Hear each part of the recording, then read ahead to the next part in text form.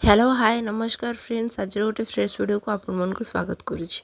आज वीडियो रे आमे माने लक्ष्मी पुराण को कार्टून आकार रे देखिबा। कार्टून लक्ष्मी पुराण तो चलते स्टार्ट करिबा। समस्त घर आगे चिता झुटी देखी नारद मुनि पराशर मुनि के पचारुचन जे कि यह कौन आ कौन पे होउछि। तापर पराशर मुनि वर्णना करछन जे कि ये लक्ष्मी पुराण एथिरे माँ लक्ष्मी को पूजा करा जाए, केमती पूजा करा जाए, कौन पे एटा आरंभ होइतिला से सब कहउछन्ति। माँ लक्ष्मी तांकर अलंकार पिंधिकी जगन्नाथ पाखरु आज्ञा नौचंती नगर परिभ्रमण करने। मार्गशीर मास गुरुवार रे नगर परिभ्रमण करने जगन्नाथ पाखरु आशीर्वाद नहीं बुढ़ी ब्राह्मणी वेश धरी माँ नगर रे परिभ्रमण करुछंती। जेहेतु मार्गशीर मास गुरुवार माँकर प्रिय बार सेथिपाई तांकर किए कौ भली पूजा अर्चना करुछि से कथा देखिया से बाहरी पड़िछंती। से जेतेबेले नगर रे बुलिले जेतेबेले देखिले कहा घर द्वार सूची नहीं तो से बहुत क्रोध कले। कहा घर द्वार धुआ पोछा हेई नहीं कि चिता पड़ी नहीं से बहुत क्रोध कले। आसी पहुँचिले तापर चंडाल साही रे जेतेबेले श्रिया चंडालुनी घर आगे पहुँची गले सेतेबेले देखिले जे से भल भाव घर को धोई पोछि चिता झुटी दे माँ को पूजा अर्चना करुछि। माँ तार भक्ति आउ तार पूजा रे प्रसन्न होई ताकू दर्शन देले। माँ ताकू दर्शन दे कहले तोर जहाँ मन इच्छा बर तू घेनिने। तो सेठु श्रिया चंडाणु ताको मन इच्छा बर माँ को पाखरु घेनिने। एणे प्रभु श्री जगन्नाथ बलभद्र मृगया पाई जाइथिबा बेले माँ लक्ष्मी श्रिया घर को जाउचंती बोली बलभद्र देखिनेले एवं तापरे बलभद्र जगन्नाथ को कहले जे कि लक्ष्मी को तू श्रीमंदिर रू तड़ी दे। जगन्नाथ बलभद्र को बहुत प्रकार बुझेले जे कि लक्ष्मी एटा प्रथम भूल आम क्षमा करदेबा, किंतु बलभद्र शुणिले नहीं कि मानिले नहीं। जगन्नाथ मुखर घर बाहर जावा कथा शुणिकी लक्ष्मी माँ क्रोध करी सबु अलंकार मान खोली दे जगन्नाथ को दे श्रीमंदिर छाड़ी बाहरी आसिले। निज देहर अलंकार काढ़ी दबापाई जगन्नाथ मना करथिले, किंतु लक्ष्मी माँ न शुणिकी छाड़ी दे पलि आसिले। माँ लक्ष्मी श्रीमंदिर छाड़ी जाउथबार देखि तांकर सखी परिचा माने भी तांको सहित बाहरी पलि आसिले श्रीमंदिर छाड़ी।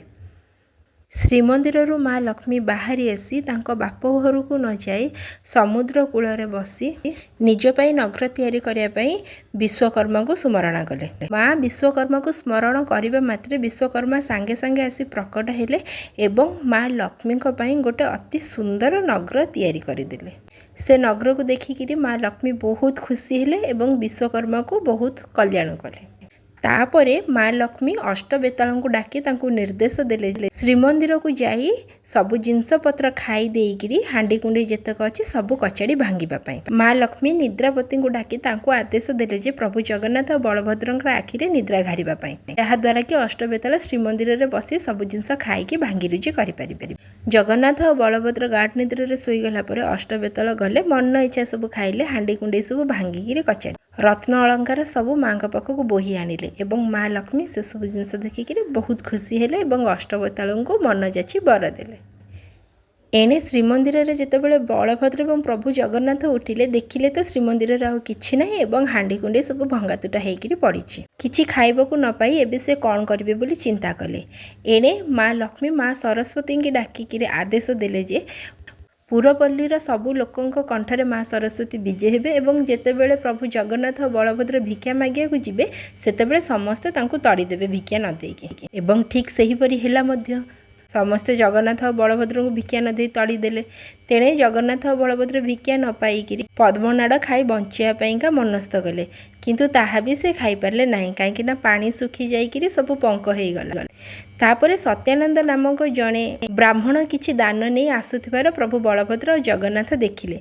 तांको पचारे से कोठु ए सब पाइले, से कहिले जे ए सब समुद्र कूल रे जणे दान देउथिले से पाइ, किंतु प्रभु जगन्नाथ और बलभद्र तांको पचारिबा मात्रे तांकर भरा थाली शून्य हे गला। सेथिपई सत्यानंद बहुत जोरे प्रभु जगन्नाथ और बलभद्रଙ୍କ ऊपर राग कले आउ तांको बहुत कथा कहिकिरी गाली मध्य देले। सेठारु भी किछि खाइबाकू न पाइकिरी प्रभु बलभद्र और जगन्नाथ भारी कष्ट समुद्र बाली रे चालिकिरी जाउथिले। तेणे माँ लक्ष्मी सूर्य देवता को आदेश देइकिरी बाली को एते जोरे तत्ते देले जे कि बलभद्र और जगन्नाथ सेतरे चाली मध्य पारले। बहुत कष्ट रे से आसिके समुद्र पाखरे माँ लक्ष्मी का नौर पाखरे पहुंची गले एवं सेठी आसिकिरी से लक्ष्मी माँ को भिक्षा मागिले। माँ लक्ष्मी जेतेबेले कहिले जे कि मु गोटे चांडालुणी तापर बलभद्र कहिले जे कि आमे तम पाखरु भिक्षा नबुनु आमे निज हाथ रे रांधी करी खाइबु। जगन्नाथ और बलभद्र जेतेबेले निज हाथ रे रांधी मनस्थ कले माँ लक्ष्मी अग्नि देवता को निर्देश देइकिरी तांकर चुली जेतेबेले न जळिला तो बलभद्र कं कले ना लागिकिरी हांडी बाठिया सब भांगी देले। ना खाद्य रोषे ही पारला ना से किछि खाई पारले। 12 वर्ष हेलाणी भोकिला थिबा बाध्य होइकी शेषरे से माँ लक्ष्मी हाथरू ही प्रसाद ग्रहण कले। बलभद्र माँ लक्ष्मी देढ़शुर होइतिबारु माँ लक्ष्मी घर भितर थई तांका दासी हाथ में खाइबा बढ़ई देले। सी थरे खाइबा थोइकी आउ थरे खाइबा आनियाकु गला बेलकु बलभद्र ताकु 4 ग्रासरे शेष करदेले। दासी ताकु देखि पूरा हक्का बक्का। माँ लक्ष्मी को घर तड़ी दे 12 वर्ष एत जगन्नाथ और बलभद्र बहुत हैरान हेले। एबे से माँ लक्ष्मी को घर को डाकी नवाई चेष्टा कर। माँ लक्ष्मी आगे तो बहुत क्रोध कले किंतु तापरे मानी गले। मानी सारा पर से हस खुशी होकर श्रीमंदिर को फेरी आसिले। पुणी आमको यही शिक्षा मिलला जे घरर बहु लक्ष्मी को केबे अनादर करबा कथा नुहे। वीडियो को शेष पर्यंत देखिथिबारु धन्यवाद। भल लगे वीडियो लाइक करंतु, चैनल को सब्सक्राइब करंतु। रहुछि जय जगन्नाथ। वीडियो केमती लागिला कमेंट निश्चित